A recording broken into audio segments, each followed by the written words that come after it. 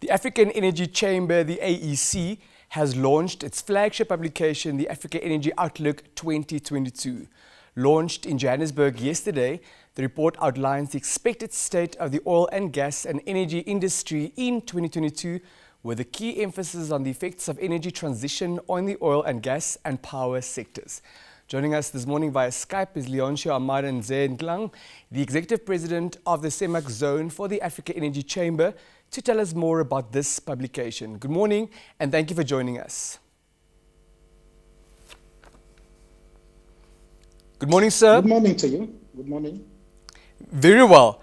Now, we do know that the African Energy Outlook was started in 2019. Help us understand what is its purpose as well as its relevance, please.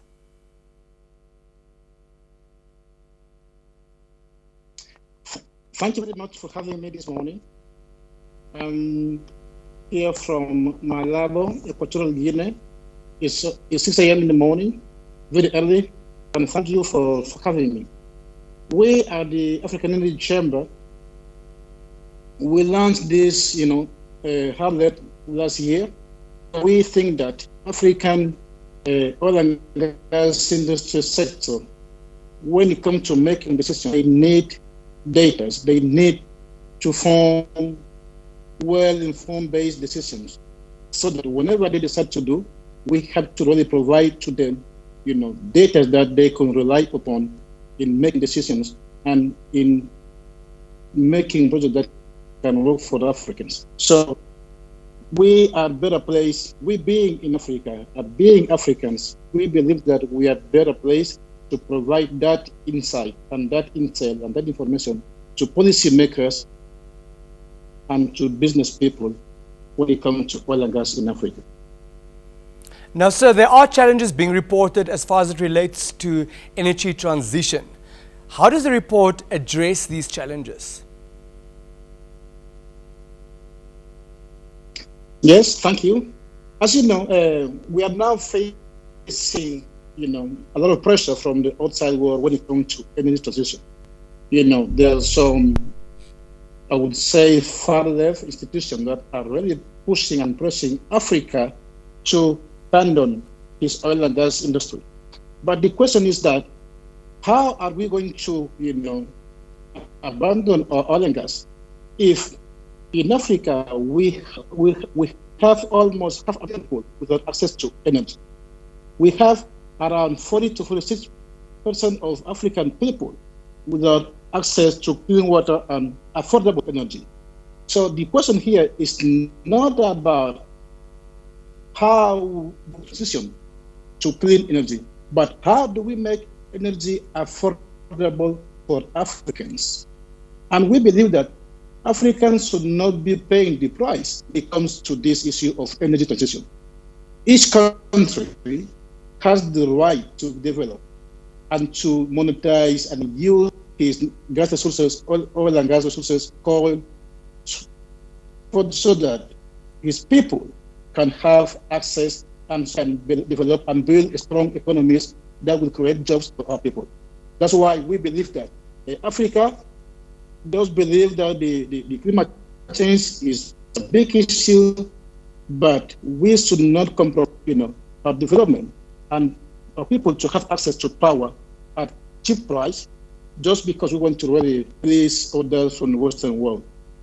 African Chamber, we're strongly supporting, renewables and other forms of energy, but we want to make sure that we do monetize our gas resources, making energy access to our people.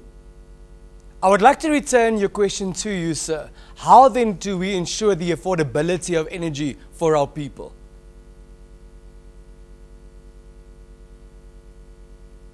Thank you. As you know, my own country, Equatorial Guinea, we are running our power plants, our economy on gas. Africa has a lot of gas. We believe that if we do implement good fiscal policies that would allow, for investment to come into Africa and to really develop those gas resources, in a way that they could be efficient, That's the way we can really produce cheap energy to our people. We have a lot of gas. So the question is, how are we going to abandon our gas sources if we can produce them efficiently and at a cheap cost to embrace some new energies from that will cost us a lot of money without guaranteeing that our people will have access to energy?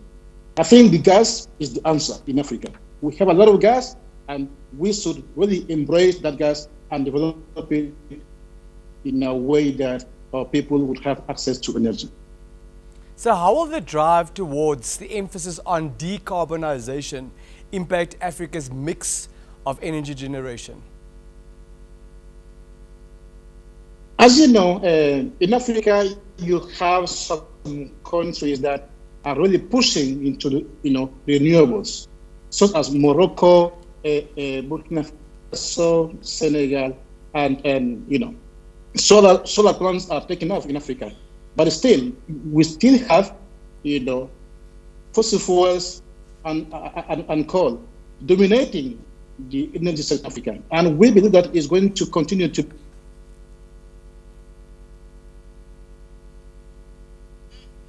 Are you still there, sir? We unfortunately lost him. Apologies also for the intermittent poor sound quality. That was Mr.